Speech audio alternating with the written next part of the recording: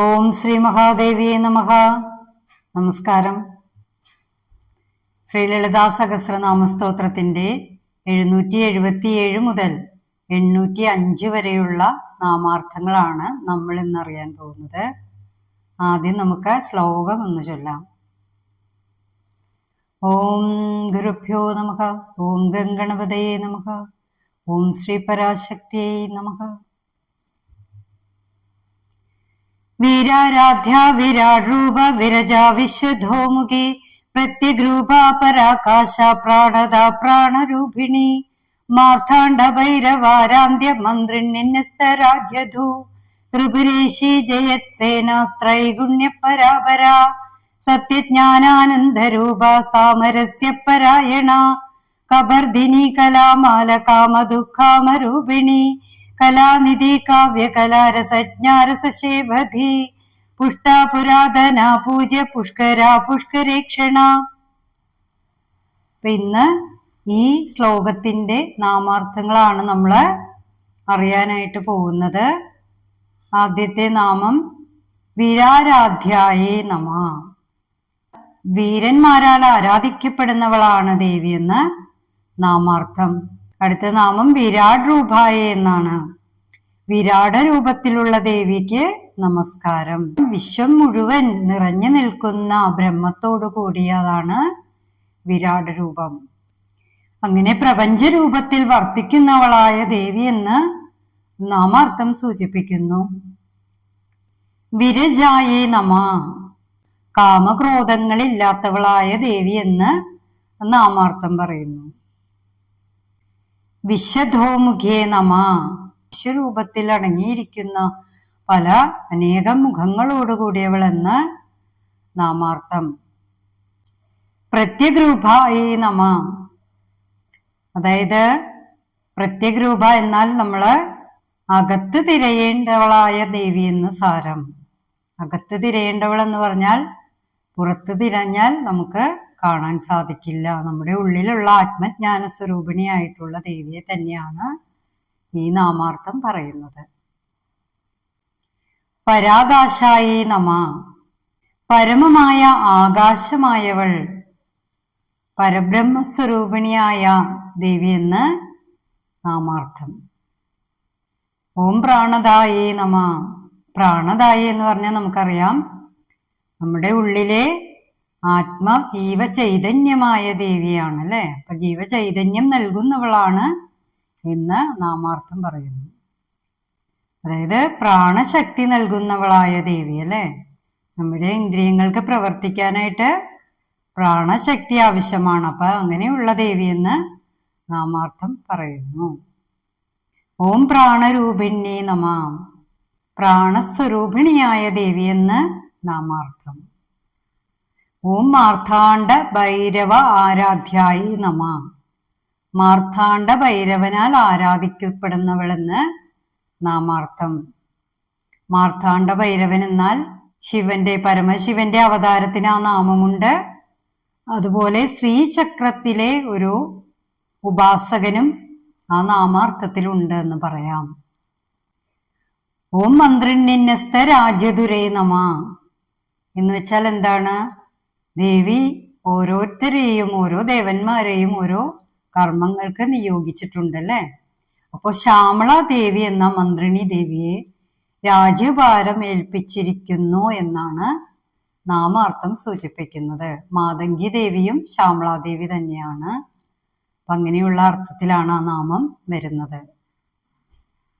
ഓം ത്രിപുരേശ്യേ നമ.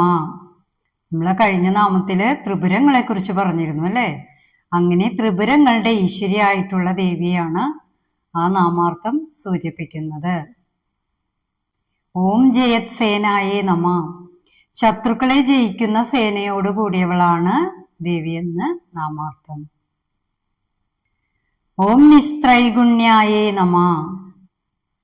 ത്രിഗുണങ്ങൾക്ക് അതീതയായവളാണ് ദേവി. ത്രിഗുണാധിയായ ദേവി എന്ന് നാമാർത്ഥം. ഓം പരാപരായേ നമ. പരം എന്നാൽ ബ്രഹ്മരൂപം എന്നാണ് പറയുന്നത്. അപരം എന്ന് പറഞ്ഞാൽ ജഗത് രൂപം. അപ്പൊ ഇത് രണ്ടുമായവളാണ് ദേവി എന്ന് ആ നാമാർത്ഥം സൂചിപ്പിക്കുന്നു. അടുത്ത നാമം നോക്കാം. ഓം സത്യജ്ഞാനാനന്ദരൂപായേ നമഃ. സത്യവും ജ്ഞാനവും ആനന്ദവുമായ ദേവീ സ്വരൂപത്തോടു കൂടിയവൾ എന്ന് നാമാർത്ഥം. ഓം സാമരസ്യപരായണായേ നമഃ. സാമരസ്യം എന്നാൽ സ്ഥിതപ്രജ്ഞത്വം എന്നാണ് അർത്ഥം.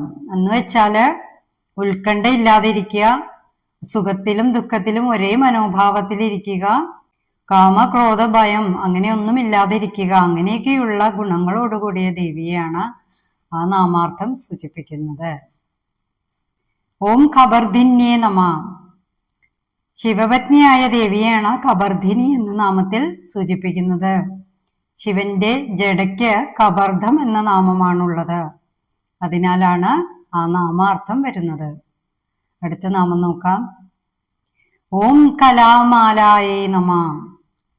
കലകളുടെ മാലയായവൾ, 64 കലകളും മാലയായി അണിഞ്ഞിരിക്കുന്നവളാണ് ദേവിയെന്ന് നാമാർത്ഥം സൂചിപ്പിക്കുന്നു. അടുത്ത നാമം നോക്കാം. ഓം കാമദുഃഖേ നമഃ.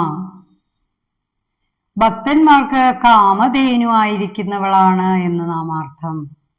ഭക്തന്മാരുടെ അഭീഷ്ടങ്ങൾ സാധിച്ചു കൊടുക്കുന്ന ദേവി എന്ന് സാരാംശം. ഓം കാമരൂപിണ്യേ നമഃ. കാമേശ്വരനായ ദേവന്റെ കാമരൂപിണിയായ ദേവി എന്ന് നാമാർത്ഥം. ഓം കലാനിധയേ നമഃ. എല്ലാ കലകൾക്കും നിധിയായിട്ടുള്ളവൾ, എല്ലാ കലാസമ്പത്തും ദേവിയില് ഒളിഞ്ഞിരിക്കുന്നു അല്ലെ. അപ്പൊ അങ്ങനെ കലാനിധിയായിട്ടുള്ളവളാണ് ദേവിയെന്ന് നാമാർത്ഥം സൂചിപ്പിക്കുന്നു. ഓം കാവ്യകലായേ നമഃ. കാവ്യകലയായ ദേവിയെന്ന് നാമാർത്ഥം. ഓം രസജ്ഞയേ നമഃ. എല്ലാ സാഹിത്യങ്ങളുടെയും നവരസങ്ങളുടെയും നായികയായിട്ടുള്ളവളാണ് ദേവി എന്ന് സാരാംശം. ഓം രസസേവതയേ നമഃ. രസങ്ങളുടെ മുഴുവൻ ആധാരമായിട്ടുള്ള ദേവിയെന്ന് നാമാർത്ഥം സൂചിപ്പിക്കുന്നു. ബ്രഹ്മാമൃതമാണ് രസമെന്ന് പറയാം. ഓം പുഷ്ടായേ നമഃ.